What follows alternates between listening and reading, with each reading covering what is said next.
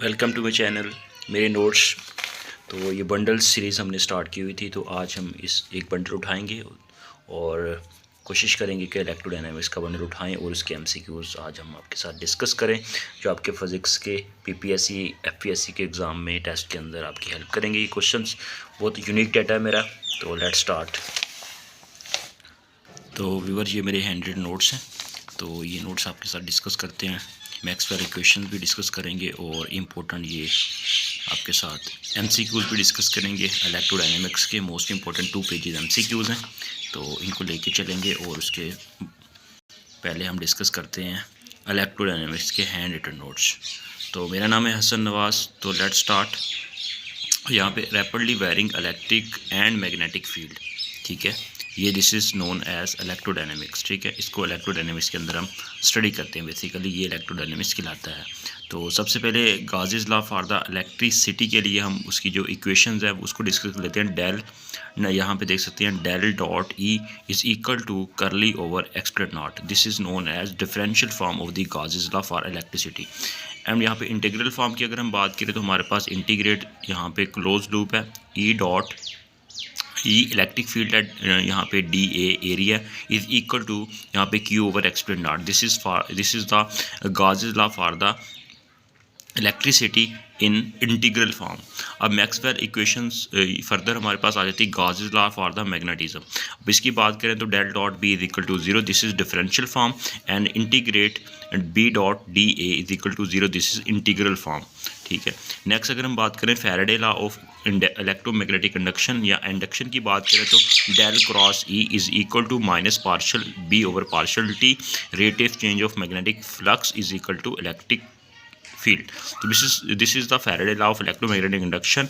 Differential form and integral form की बात करें तो integrate E dot D R is equal to minus del phi over del T, rate of change of magnetic flux is equal to electric flux.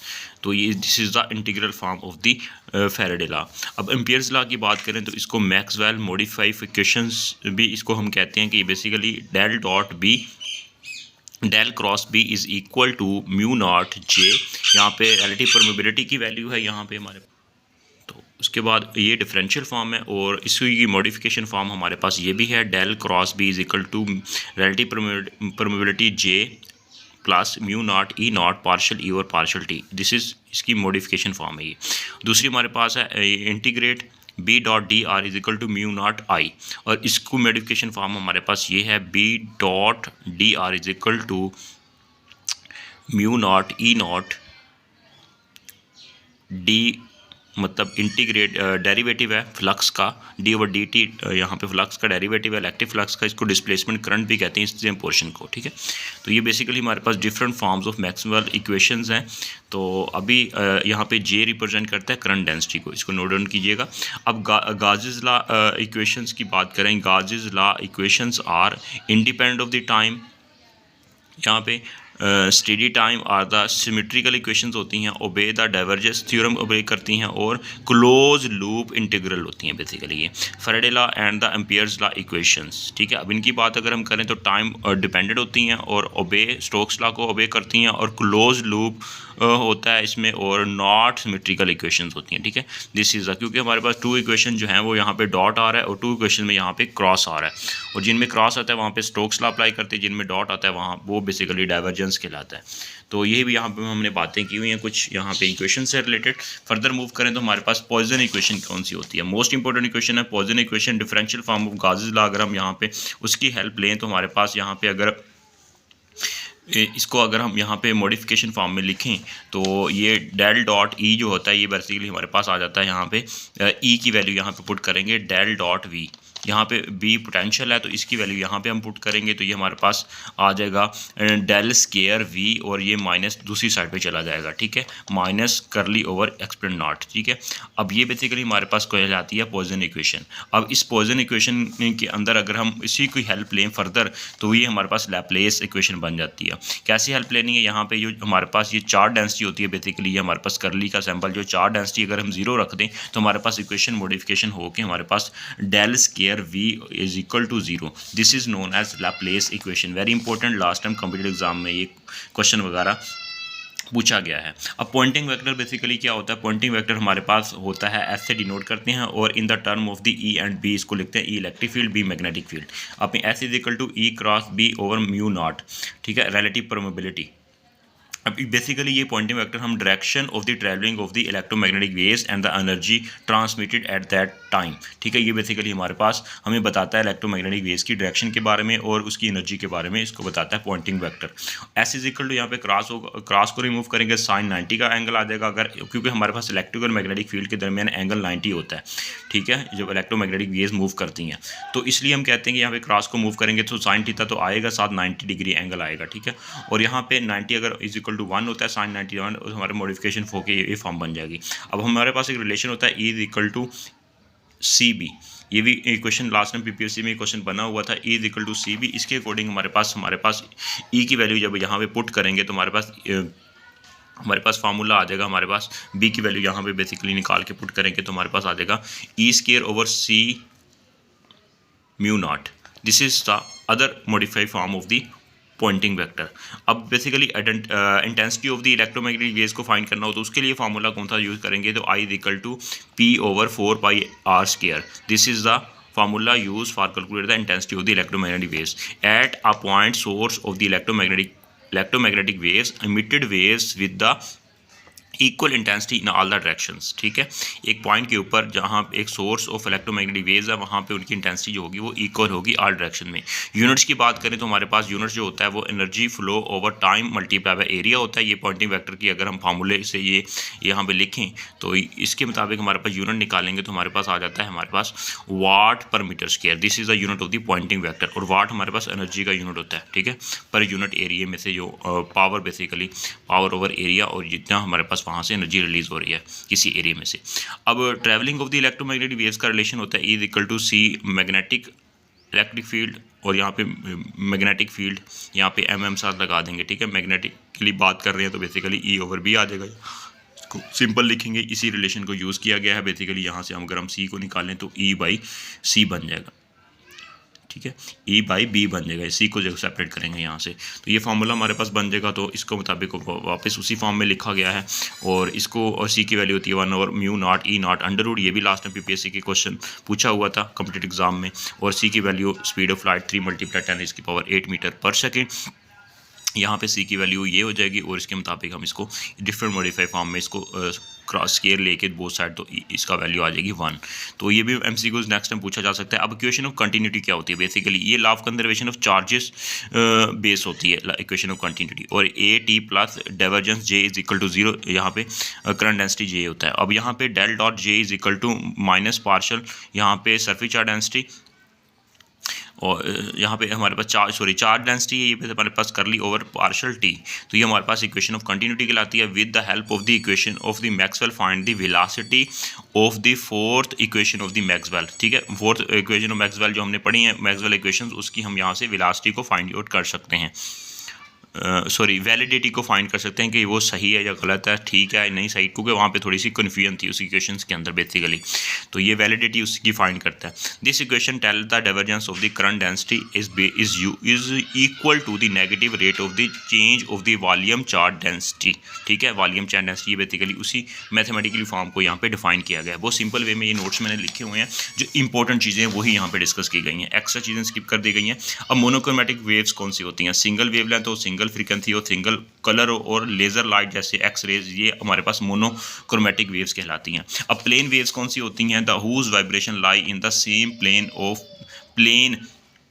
Plane में वो vibrate कर रही होती है, लाई कर रही होती हैं, light source from the sun, these are the plane waves. अब वेव फ्रंट्स कौन सी होती हैं, a surface on which particle have the same phase of the vibration is known as wave front, these are the known as wave fronts कहलाती हैं। अब phase velocity भी अक्सर पूछी जाती है कि discuss the propagation of the waves, propagation of waves को डिस्कस करती है फेज वेलोसिटी। फार्मूला होता है N is equal to C over V, V यहाँ पे वेलोसिटी है और फेज वेलोसिटी है वीपी लिख दी है साथ। आल्सो इसको इस फॉर्म में भी लिख सकते हैं, VP is equal to omega over K. यहाँ पे इसकी डिफरेंट फॉर्म में भी इधर फॉर्म में भी ऐसे लिख सकते हैं। इनसे रिलेटेड एमसीक्यूज भी फर्दर डिस्कस करेंगे हम। तो अभी डिपेंड किसके ऊपर करता है, फ्रीक्वेंसी एंड द मीडियम के ऊपर डिपेंड करती है phase velocity. Phase velocity is proportional to the square of the root of the frequency के ऊपर, स्क्वायर रूट पे डिपेंड करता है। और फर्दर अगर हम बात करें, it is larger than the C, speed of light से ज़्यादा होती है फेज वेलोसिटी बिकॉज द हमारे पास T E waves is superposition, ठीक है। तो ये बेसिकली हमारे पास ये ट्रैवलिंग वेव्स इलेक्ट्रोमैग्नेटिक वेव्स होती हैं, बेसिकली टू प्लेन वेव्स होती हैं, superposition of the two waves होती हैं इसलिए। ग्रुप वेलोसिटी की बात करें, to velocity with which the energy propagate, ठीक है। ये एनर्जी बेसिकली ये प्रोपिगेट होती है, ठीक है। यहाँ पे बेसिकली वेव्स प्रोपिगेट कर रही हैं, यहाँ पे हमारे पास एनर्जी प्रोपिगेट होती है ग्रुप वेलोसिटी में। यहाँ पे वी जी लिखेंगे यहाँ पे साथ is equal to D omega over D K, और V G is the sine, इसकी वैल्यू होती है C sine less than is equal to C. यहाँ इसकी वैल्यू स्पीड ऑफ लाइट से कम होती है ग्रुप वेलोसिटी की, और ये discuss upon the superposition of the waves, ठीक है। It is good conductor V G is equal to VP, मतलब कि ये ग्रुप फेज वेलोसिटी का डबल हो तो ये हमारे पास बेसिकली ग्रुप वेलोसिटी बनती है। सिंगल वेलोसिटी कौन सी होती है? The speed at which the wave carries the information signal velocity, sorry ये है signal velocity is equal to the group velocity. तो वेरी इंपॉर्टेंट है। अब यहाँ पे कुछ देख लेते हैं एटेनुएशन क्या होता है। एटेनुएशन बेसिकली हमारे पास combine effect of the scattering and the absorption, this is known as attenuation. Attenuation reduced in the amplitude of the signal or the wave is called the attenuation. अब basically यहाँ पे example की बात करें, dark glass attenuate the sun glass, ठीक है। अब dark glass लेंगे तो वो बेसिकली सन ग्लासेस बेसिकली वो वहाँ पे रेडिएशंस को रोक देगा। सन ग्लासेस की अगर हम बात करें, बेसिकली वहाँ पे स्कैटरिंग नहीं होती सनलाइट्स की। यूनिट की बात करें तो डेसिबल होता है, इसको डीबी लिखते हैं। और स्किन डेप्थ की बात करें, डिपेंड अपॉन द कंडक्टर पे डिपेंड करता है, frequency of the signal and size, resistivity and magnetic permeability के ऊपर डिपेंड करता है। Skin depth, the attenuation distance in the conductor, the skin depth decrease कब होता है? जब कंडक्टिविटी इंक्रीज हो, रिलेटिव परमेबिलिटी इंक्रीज हो, फ्रीक्वेंसी इंक्रीज हो। और poor conductor the attenuation larger होता है, गुड कंडक्टर के लिए एटेनुएशन जो होती है उसकी वैल्यू स्मॉल होती है। ये एमसीक्यूज बड़े टॉप के एमसीक्यूज हैं, ये पूछे जाते हैं, ठीक है। इसको आपने नोट डाउन कर लेना है। अब स्काई ब्लू क्यों नजर आता है? Due to the shorter wavelength, degree of the scattering is proportional to 1 over lambda की पावर 4, इस वजह से होती है। The blue colour of the sky is due to the scattering by the actual molecule of the atmosphere. These are the very important MCQs, note down कर लीजिएगा। तो ये वेव गाइड क्या होता है? It is a structure that guide the waves such as electromagnetic और the sound waves. Optical fibres guide the high frequency lights. Hollow conductor metal pipe use to carry the high frequency radio waves. Basically हमारे पास example भी साथ साथ दी गई हैं। तो अब यहाँ पे कुछ रिलेशंस हैं, फार्मूलाज वगैरह दी हुई हैं, ठीक है, इम्पीडेंस के साथ। इनको आपने नोट डाउन कर लेना, वेरी इंपॉर्टेंट है। तो ये बातें आप लोगों ने याद रख लेनी है कि हमारे पास ये वेव नंबर क्या होता है, उसका formula K is equal to omega over VP phase velocity. उसके बाद डिफरेंट यहाँ पे ओमेगा की वैल्यू 2πf। उसके बाद ये डिफरेंट इसकी मॉडिफाइड फॉर्म यहाँ पे दी हुई है, इसका यूनिट रेडियन पर मीटर होता है, और इसकी यहाँ पे वेलोसिटी की वैल्यू निकाल सकते हैं, स्पीड ऑफ लाइट की वैल्यू निकाल सकते हैं। तो ये बेसिकली एक रिलेशन दिया गया है, इसकी यहाँ पे ड्राइव दिया हुआ है, यहाँ आप याद रखिएगा। यहाँ पे एनर्जी, इलेक्ट्रोमैग्नेटिक एनर्जी और मैग्नेटिक एनर्जी के इसकी रेशियो जो होती है 1 होती है। और फर्दर ये हमारे पास कुछ रिलेशन आ जाते हैं, इनको आपने यहाँ पे रिफ्रैक्टिव इंडेक्स की वैल्यू, फार्मूला वगैरह इसको आपने याद रख लेना है, ठीक है। तो ये इंपॉर्टेंट चीज़ें हैं कुछ, इसको आप लोग याद रखेंगे। तो नेक्स्ट आपके साथ अब डिस्कस करते हैं एमसीक्यूज़। तो ये मैक्सवेल इक्वेशंस हैं, ठीक है। इसके बाद फिर एमसीक्यूज़ को डिस्कस करते हैं। ये मैक्सवेल इक्वेशन, ये सेकंड इक्वेशन आ जाती है, ये थर्ड इक्वेशन आ गई। इसमें हमारे पास इनकी प्रूफ भी साथ दिया हुआ है, ठीक है, मैक्सवेल इक्वेशंस का, ठीक है। ये चीज़ें मैंने आप लोगों को समराइज़ करके अलहदा सेपरेट डिस्कस कर चुका हूँ। तो ये देखिए मैंने टेबल भी बना दिया। ये Maxwell equation in the integral form यहाँ पे दी हुई हैं, और यहाँ पे Maxwell equation in the differential form दी हुई है, ठीक है, सेपरेट करके। ये इंपॉर्टेंट इक्वेशन है, यहाँ से इसकी लेफ्ट साइड या राइट साइड पूछ के आपसे एमसीक्यूज़ बन जाता है, ठीक है। और यहाँ पर ये मैंने प्रूफ दिया हुआ, ठीक है, इनका आप प्रूफ कर लीजिएगा, ठीक है। 2 पेजेस हैं, मैक्सवेल इक्वेशन काफ़ी फेमस हैं, तो प्रूफ तो नहीं करना आपने एमसीक्यूज़ के लिए, जस्ट ये टेबल आप कर लीजिएगा। तो ये चीज़ें आपने डिस्कस कर लेनी है, ठीक है, पढ़ लेना इनको और प्रैक्टिस कर लेनी है। तो अभी आप लोगों के साथ मैं डिस्कस करता हूँ अपने एमसीक्यूज़, ठीक है। इलेक्ट्रोडायनेमिक्स के इंपॉर्टेंट एमसीक्यूज़ डिस्कस करते हैं आज। तो ये चीज़ें हमने अभी डिस्कस की हैं, तो इनमें एमसीक्यूज़ में आप देखेंगे यहाँ पे propagation between the 2 parallel conducting plate can be describe in the term of the factor, तो एक्सपोनेंशियल। तो कोशिश करते हैं, वीडियो काफ़ी लेंथी होगी, तो हम नेक्स्ट वीडियो में इन एमसीक्यूज़ को लेके चलते हैं, ताकि आप लोगों को प्रॉब्लम भी ना हो और इजीली आप चीज़ों को, नॉलेज को गेन कर सकें, ठीक है। तो ये 2 पेजेस हैं, ये आपको मैं नेक्स्ट वीडियो में मिलता हूँ, वहाँ पे डिस्कस करते हैं। All the best, take care.